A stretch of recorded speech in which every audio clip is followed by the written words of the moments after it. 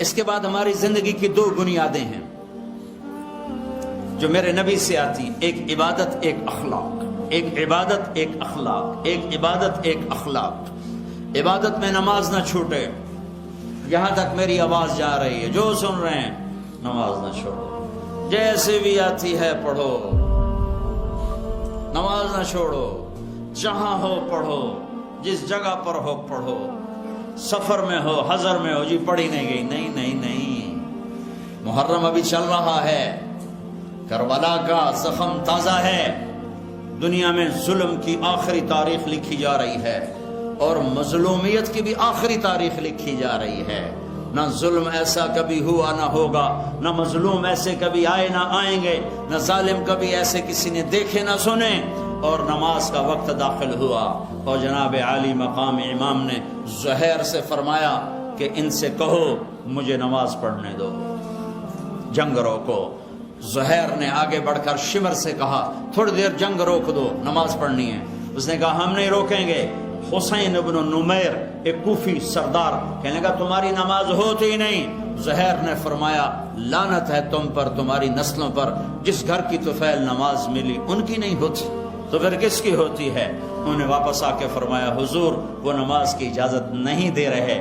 کہ پھر نماز تو نہیں چھوٹ سکتی، چونکہ ریڈنگ والوں کو پیغام دینا ہے کہ نماز کسی حال میں نہیں چھوٹ سکتی۔ پوری امت کو اللہ کی قسم حسین نماز نہ پڑھتے کوئی فرق نہیں پڑنا تھا، ان کی ذات تک۔ ان 72 یہ جنگ سے تھوڑی دیر پہلے آنکھ لگ گئی، بیٹھے بیٹھے آنکھ کھلی تو ہنسنے لگے۔ تو بہن زینب نے پوچھا، حضرت علی کی فصاحت بیٹی کو ملی، حضرت علی کی فصاحت بیٹی کو ملی زینب کو۔ بہن نے پوچھا کیا ہوا، یہ کو ہنسنے کا موقع ہے؟ ہاں ابھی خواب میں اللہ کے نبی کو دیکھا، فرما رہے ہیں بیٹا میں لینے کے لیے آ چکا ہوں، میں آ گیا ہوں، تیاری کرو۔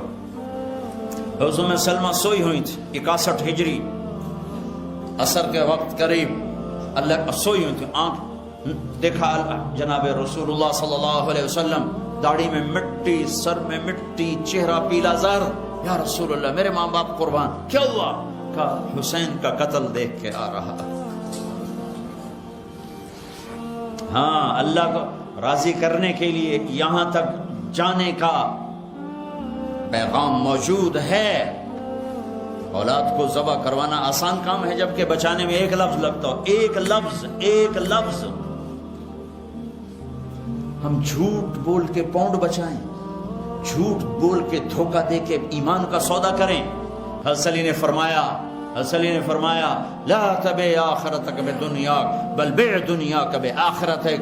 اپنے بچوں کو وصیت نامہ لکھوایا، اس وصیت نامے کا صرف ایک جملہ میں نے آپ کو بتایا ہے، چند الفاظ اور پڑھوں، احی قلبک بالموعظہ ونورہ بالحکمہ وقوہ بالزہد وذللہ بالموت وقررہ بالفناء وحذره وصولة الدهر وتقلب الليالي والأيام وأعرض عليه أخبار الماضين وسر في ديارهم وانظر في آثارهم أين حلوا فإنك ترى قد انتقلوا من دار الغرور ونزلوا في دار الغربة فإنك صرت كأحدهم۔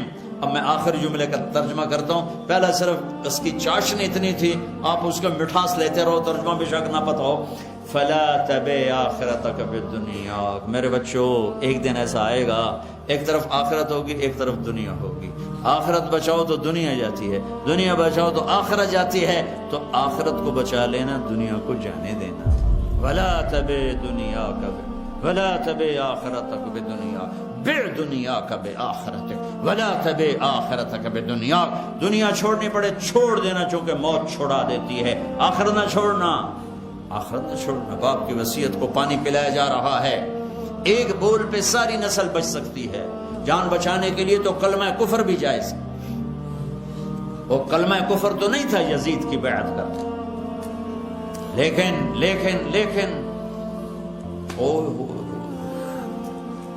ابو بکر بن علی وہ سر اڑا، حضرت علی کے حسین کے بھائی حضرت علی کی دوسری بیویوں سے محمد بن علی وہ سر اڑا، عثمان بن علی وہ سر اڑا، عباس بن علی وہ سر اڑا۔ 4 بھائی تو پہلے سر اڑوا کے گئے، 5واں حسین کا سر اڑا ہے۔